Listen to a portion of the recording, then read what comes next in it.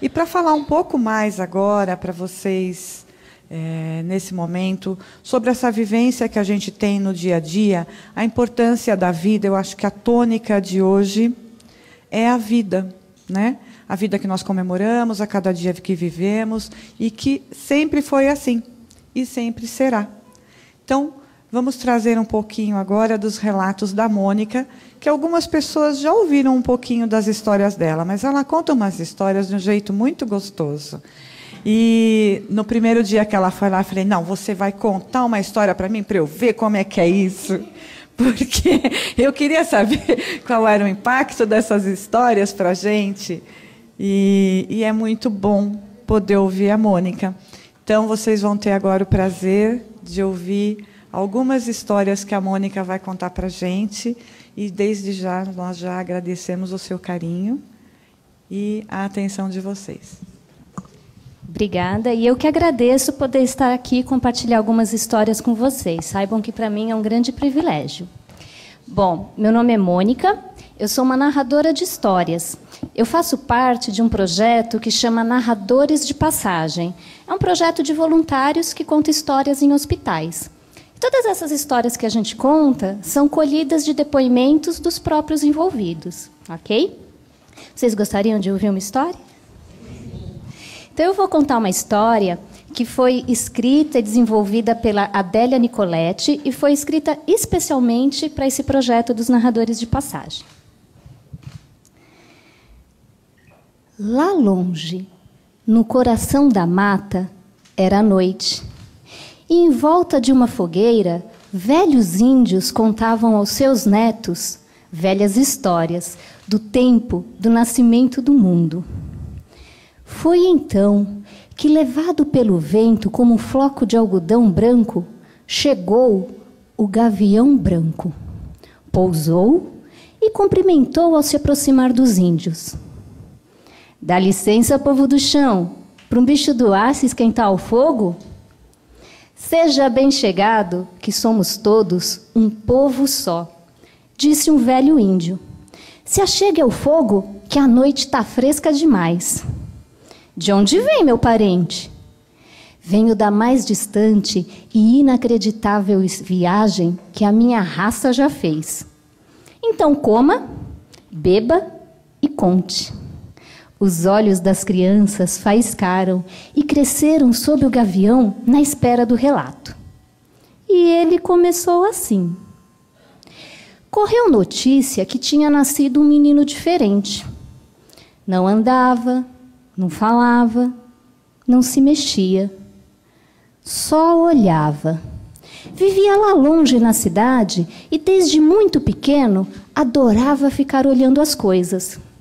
No início, quando ele ainda era apenas um bebê, a mãe ficava assustada, pensando que ele tinha parado de respirar, porque ele ficava quieto, com os olhos parados. É que naquela época, a mãe não sabia que ele estava olhando um brinquedo pendurado, um bichinho voando no teto, ou simplesmente o rosto dela, de quem ele gostava tanto. O menino olhava, só isso. Era como se ele engolisse as coisas e as paisagens do mundo com os olhos e guardasse tudo lá dentro dele. Como o gavião é também bicho que gosta de olhar, quis logo conhecer esse estranho menino. E voou muitos dias. E choveu e fez sol, capim cresceu e os frutos amadureceram nas árvores. Então o gavião chegou, pousou na janela do quarto e espiou dentro. O menino, quieto, deitado na cama, estava ali olhando o teto. Deve mesmo ser parente, já que gosta tanto de olhar as coisas, pensou o gavião. E pensando, ele se aproximou lentamente, de mansinho, do menino. Abriu as asas o mais largo que pôde e soltou um piu bem alto, que era para ver mesmo a reação do menino. É claro que o menino levou um susto. Só que, em vez dele sair correndo ou soltar um grito, ele simplesmente arregalou os olhos, maravilhado. E foi aí que aconteceu. Os olhos do menino mergulharam nos olhos do gavião. E quando os dois se deram conta, eles estavam voando. O menino virou ave e o gavião virou menino. Tudo misturado num voo só. O vento batendo na pele, nas penas. A primeira coisa que fizeram foi visitar os avós do menino, que moravam no interior, ao lado de uma grande montanha e perto de um riozinho. O menino deu para ficar olhando as plantas crescerem. Ele conseguiu ver o nascimento de um pintinho desde a primeira picadinha no ovo. Ele aprendeu a ver as estrelas e as águas correndo rio abaixo sem pressa. Depois, eles voaram para o alto da montanha para olhar o vale lá de cima. E o menino conseguiu ver os seus avós trabalhando na horta, as galinhas ciscando no quintal, os cachorros brincando. A tudo, quieto, o menino olhava e respirava fundo, aprendendo o mundo e rindo que só ele por ter virado irmão do gavião, e o gavião feliz por ter virado irmão do menino. E no instante seguinte, os dois já estavam no ar de novo, voando. A casa dos avós ficando uma casinha lá longe, o riozinho virando um fiapo na terra, e os animais ficando miúdos feito formigas. E quem disse que o menino tinha medo? Quanto mais alto voavam, mais alto o menino queria voar. O gavião é que olhava um pouco espantado para tanto lugar novo que ele nunca tinha ido. E tão alto voaram que mergulharam no espaço infinito. E eles viram a própria terra ir se afastando, feito uma bolinha azul de vidro. E então fez-se um grande silêncio. Um silêncio de lugares escuros, onde nada se via. Só se ouvia o som do coração batendo no peito. Porque nesses lugares escuros, o silêncio só é quebrado pela passagem apressada de um meteoro. Alguma coisa assim. Ou assim, ó. E o que se via era um rastro iluminando a escuridão. E lá no alto, lá longe, o menino viu uma bolinha de vidro vermelha. Olha lá, deve ser o planeta Marte, ele falou para o gavião. E voaram até o prateado da lua, até o fogo do sol, mas passaram longe, que era para não se queimar. A essa altura, o menino já voava sozinho, porque lá em cima não tem gravidade. Então ele brincava de flutuar entre uma estrela e outra, uma estrela e outra, uma estrela e outra. E foi nessa brincadeira que o menino encontrou o buraco negro. O buraco negro é um dos maiores mistérios do universo. E logo, gavião branco e menino se jogaram no vazio. E quando viram, estavam diante de uma maravilha jamais vista. Eles tiveram de parar e respirar um pouco para perceber que um lugar daqueles existia. E o que é que tinha lá? Perguntou um índiozinho impaciente, porque nessa hora o gavião branco parara de contar para atiçar a fogueira e tomar um pouco de suco de genipapo para refrescar a garganta. Mas ele continuou, pois aquilo era uma mistura de natureza, gente, bicho jamais vista. Um lugar de árvores altas e plantas rasteiras. Os animais que havia pastavam tranquilos. E logo começou a chegar gente nesse lugar para receber os visitantes. Ei, menino, você por aqui? Dá cá um abraço, meu menino. O menino olhou bem nos olhos da mulher e a reconheceu. Era sua tia Nininha, tão querida e boa que não morava mais na terra. O menino encontrou por lá também o bisavô Eliseu, o tio Ângelo e até a cachorra Farinha, que tinha sido atropelada por aquele caminhão de gás. Estavam todos lá, como era possível, e faziam festa, e riam, e riam. Ah, o gavião branco também teve surpresa por lá também. Ele encontrou o seu avô e o amigo dele, o gavião rei. Já velhinho, um pouco sem penas, coitado, mas engraçado que só ele. E eles voaram juntos, relembrando as velhas histórias perdidas. Passaram horas e horas ali, e os parentes queriam saber todas as novidades. O menino contava tudo o que viu desde que partiram. Só que quando perguntaram de sua mãe, ele lembrou que era hora de voltar. Então ele olhou para o gavião, e novamente os olhos de um mergulhou nos olhos do outro, se despediram de todos e tomaram o rumo de volta. Buraco, planeta, estrelas, asteroides, cometas.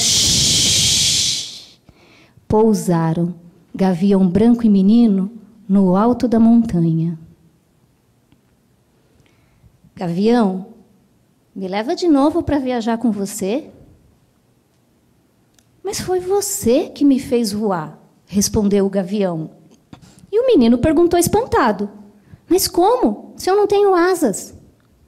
E o gavião respondeu, eu vou te contar um segredo. O que me faz voar não são as asas, não. Eu voo mesmo é com os olhos de fora, que enxergam qualquer distância nesse mundo. Mas a viagem que nós fizemos hoje foram seus olhos de dentro. Foi a sua imaginação que me levou para mundos, lugares e me fez conhecer pessoas que eu jamais imaginaria existir. Os olhos de dentro enxergam muito mais longe, coisas que os olhos de fora nem desconfiam. O menino imaginou a sua casa, a sua mãe, e num pedaço de instante já estavam de novo no ar, voando. E logo, o menino na sua caminha e o gavião pousado em sua janela. O gavião abriu as asas para levantar voo e o menino olhou para ele como que se dissesse, ei, volta logo para a gente viajar de novo. O gavião branco levantou o voo, deixando ali na cama aquele menino que não andava, que não falava, que não se mexia, mas que olhava o mundo e as coisas todas do mundo. Foi de lá que eu cheguei ainda agorinha, disse o gavião. Os velhos índios e as crianças índias, em volta da fogueira, ficaram em silêncio, pensando nos mistérios daquela aventura do gavião. Só o índiozinho, o menor deles, rompeu o silêncio. Queria ser igual aquele menino. Os outros riram e aprovaram o desejo do menino. Numa tardezinha de sol manso, tranquilo, o menino que não andava, que não falava, que não se mexia, mas que olhava o mundo e as coisas todas do mundo, olhou sua mãe que sorriu, lhe beijou os cabelos e saiu do quarto fechando a porta. Um barulho na janela chamou a atenção do menino. Para onde vamos viajar hoje, menino? Perguntou o gavião branco que acabara de pousar. O menino não respondeu. Só olhou. E logo, gavião branco e menino estavam cruzando o céu no rumo dos lugares e dos mistérios de que são feitos a imaginação e o mundo. Muito obrigada.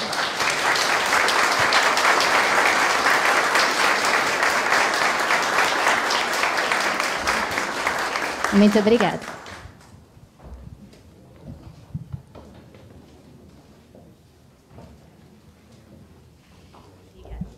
Obrigada, Mônica. Você não vai contar mais nenhuma história para a gente? Oh, meu Deus. Quem quer ouvir mais uma? Então, eu acho que a Mônica vai precisar... Ela não veio muito preparada, mas eu sei que sempre ela tem uma carta a mais na manga ou no bolso. E eu acho que é esse o objetivo, né? A gente está aqui unidos em pensamento, em coração, e poder participar dessa emoção toda, depois a gente poder trocar informação um com o outro, conversar bastante. Então, eu vou convidar, se você quiser e puder, fazer mais uma história para a gente. Obrigada. Com o maior prazer. Vocês conseguem ouvir mais uma? Tem gente que é muito mais do que parece ser. A Dalva é uma dessas. Sabe aquelas noites bem frias de inverno, com aquele nevoeiro grosso? Nessas noites, a gente se sente sozinho no mundo. E foi numa noite assim que a Dalva chegou em casa exausta do trabalho, desabou no sofá e disse para quem quisesse ouvir: para mim, chega. Tinha sido um dia de cão. A Débora, sua filha, já tinha saído para a escola. e logo do quarto a sua mãe lhe chamou. Respirei fundo e não quis atender, ela me disse. E continuou. Mas levantei e fui. A minha cara devia estar tão feia que ela me olhou espantada. Aconteceu alguma coisa? Aconteceu, mãe. Nasci. Boazinha demais. Resmunguei. E suspirei. Tá pesado, mãe. Tá muito pesado. Ela me olhou meio sem entender direito. E eu fui ajeitá-la melhor na cama, dar o remédio, conversar um pouco com ela. Ela me respondia aos tropeços, você sabe. A idade, o AVC. Cuidei, preparei a janta. Eu olhei pela janela, lá fora a neblina continuava a cobrir a noite. Então eu pensei, é injusto. Um irmão foi tirando o corpo. O outro disse que a mulher dele não queria. Minha irmã disse que não tinha espaço em casa. E sabe o que me disse a outra? Que não tinha paciência para cuidar dos outros. E assim, a velha mãe foi sendo empurrada para a tonta aqui, a boazinha. Era assim que a Dalva me contava daquela noite. Mas deixa eu falar uma coisa para vocês. A Dalva é uma mulher miúda que quem olha para ela não desconfia da força e da vontade que moram naquele pequeno corpo. Mas naquela época, ela estava passando por uma situação difícil. Primeiro o marido, que ela gostava. Eu achava que não valia nada, mas ela dizia gostar. Morreu depois de uma doença meio longa, deixando a filha adolescente. Depois o derrame da mãe. E para completar, a situação no emprego, o de sempre. Pouco salário, muito trabalho e nenhum reconhecimento. Cansei, ela repetiu. Sentei no sofá e dormi sem nem sentir. E sonhei com a minha avó. Uma velha parteira que vivia dizendo: ser bom é muito dificultoso. Coisa que eu nunca entendi direito. Ouvi um barulho e eu acordei assustada. Era a Débora, minha filha que chegava da escola. E já era noite velha. Fui ao quarto ver minha mãe que dormia. Dei boa noite à filha. E adormeci, decidida a mudar de vida no dia seguinte. Ser bom é muito dificultoso. Acordei com a frase da minha avó na cabeça, fui ruminando pelo caminho e até chegar ao trabalho eu já tinha compreendido o seu significado. Todo mundo pensa que ser bom, ser solidário, ser caridoso é uma fraqueza de caráter, como se fosse uma marca que a gente trouxesse do nascimento. Tem gente que nasce esperta, tem gente que nasce boa, coitada. Ah, a Dalva é boazinha, é isso que as pessoas pensam, que ser bom é fraqueza de caráter. Poxa vida, eu cuido da minha mãe não porque sou tonta, mas porque ela precisa. Ah, a Dalva é boazinha, mas ninguém sente a falta das poucas horas de sono. Ninguém sente a dor que eu carrego nas costas. Ninguém entra na minha pele para saber o que me custa ser boazinha. Minha avó é que tinha razão. Ser bom é muito dificultoso. Cheguei ao trabalho e marquei uma conversa com a Tereza, minha chefe, para o final do expediente. E passei o dia atendendo um, dando remédio para o outro, aplicando injeção, de olho no soro e pensando na minha transferência de setor. Para mim, chega. Mas no final da tarde, eu fui trocar o soro do seu Viana. O seu Viana é um velhinho bem franzino que quem olha à primeira vista para ele não dá nada. Até olhar em seus olhos. Fortes, firmes, de uma vontade grande. De gente que não desiste. Gosto tanto dessa vida que daqui eu só saio com uma boa briga, dizia ele antes de soltar aquela gargalhada. Naquela tarde, o seu Viana não riu quando eu brinquei com ele. Ele estava passando muito mal. E talvez por isso a minha ideia de dar um basta a tudo tenha fraquejado um pouco. Mas eu lembrei da minha decisão e resolvi que ia cumpri-la. O expediente chegou ao final e lá fui eu. Falei, expus minhas razões, meus motivos. E a Tereza me olhava séria, e me olhava lá com aqueles olhos grandões dela bem dentro de mim que eu fiquei até sem graça. A Teresa é uma mulher beirando 60 anos, séria, calada, às vezes até um pouco rude ao tratar a gente. Mas depois que eu terminei, ela me disse: lamento muito que você esteja nos abandonando. E só. Eu já ia levantar quando ela continuou. E lhe dou inteira razão. Quantas e quantas vezes eu também não me achei uma tonta. Até o dia em que eu li numa revista a reportagem que trazia a foto do crânio de um homem que havia vivido há mais de 50 mil anos atrás. A notícia dizia que ele tinha morrido com mais de 50 anos, velhíssimo para a época, e que havia nascido incapaz fisicamente. Ou seja, não podia caçar, não podia plantar, ele não podia colher.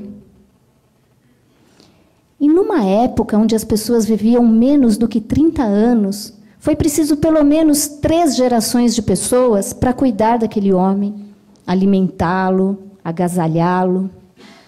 Entendeu? A Teresa me perguntou. Eu não sabia onde ela queria chegar. E ela continuou.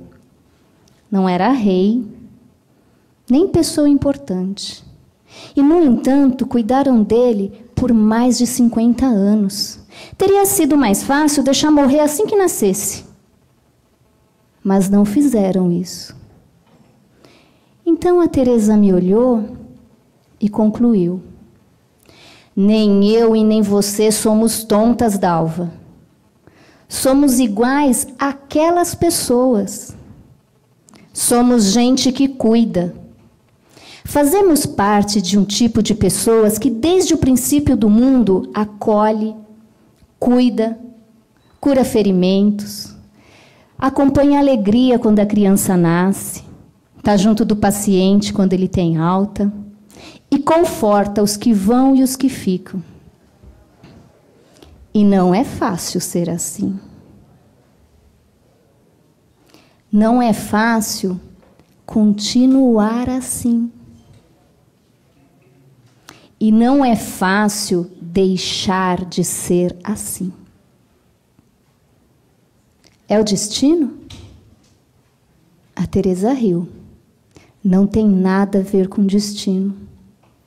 Fui me fazendo assim, cuidando de pessoas, porque eu percebi que no mundo já tem gente demais que descuida, que fere, que maltrata. O mundo já tem negligência demais. Só que não vamos ganhar prêmios e nem aplausos por sermos assim. Não tem glória nenhuma. Mas eu sei que fazemos parte de um tipo de pessoas que há milênios sustenta e conserva o mundo. Não conte a ninguém. Mas se o mundo está melhor, ou se não piorou até o insuportável, é porque tem gente que cuida. Sabe, aquelas noites bem frias de inverno, com aquele nevoeiro grosso? Foi numa noite assim que eu descobri o que sou no mundo. Tudo continua a mesma coisa. A minha casa, a minha filha, a minha mãe, o seu Viana lutando contra a doença e eu torcendo por ele, tudo está igual. Menos eu. Eu tenho um grande orgulho do que sou, me disse a Dalva. Obrigada.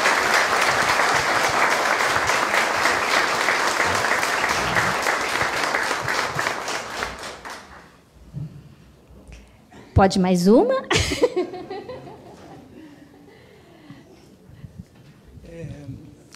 Pelo programa, agora nós temos a hora do nosso lanche, né? E já avisaram que o lanche já chegou, que já está subindo. Então, daqui uns 10 minutinhos a gente vai. Você, então, continua aqui. Tá bom. Vocês querem ouvir mais uma?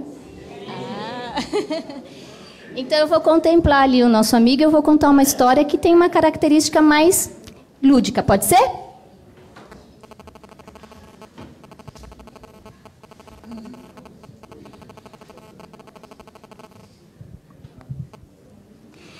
Infância é um porto seguro.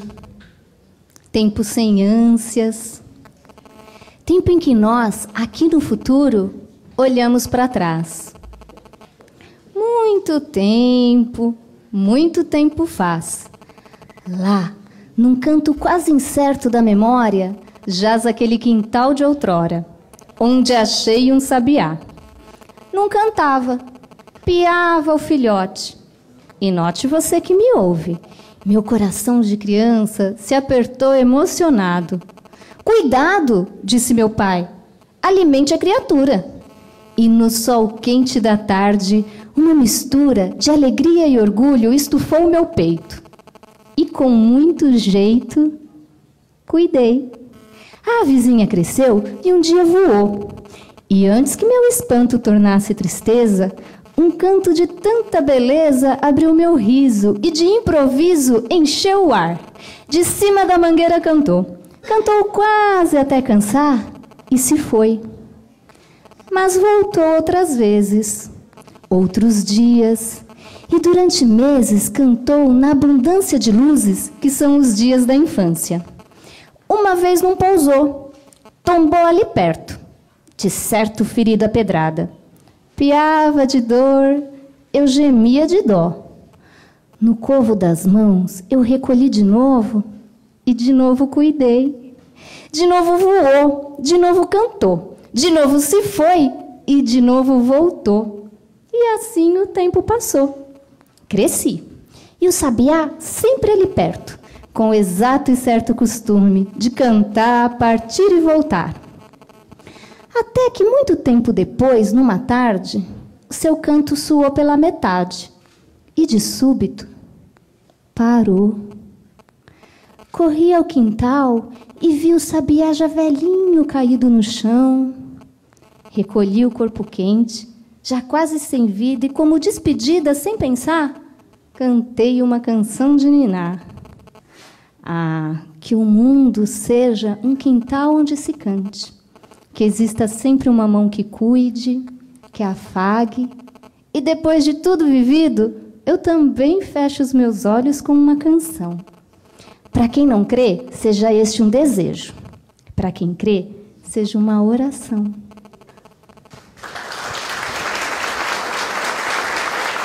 Obrigada. Essa história, ela se chama Sabiá, foi escrita pelo Luiz Alberto de Abreu, que é o idealizador do projeto Narradores de Passagem. E essa história foi entregue para nós por uma menina de 9 anos. Então, ele só transformou numa estrutura de narrativas de passagem, mas a ideia da história foi de uma menina de 9 anos. Ok? Então, obrigada, gente. Muito bom estar aqui e poder compartilhar essas histórias com vocês. Muito obrigada. Podemos ir para o café, então.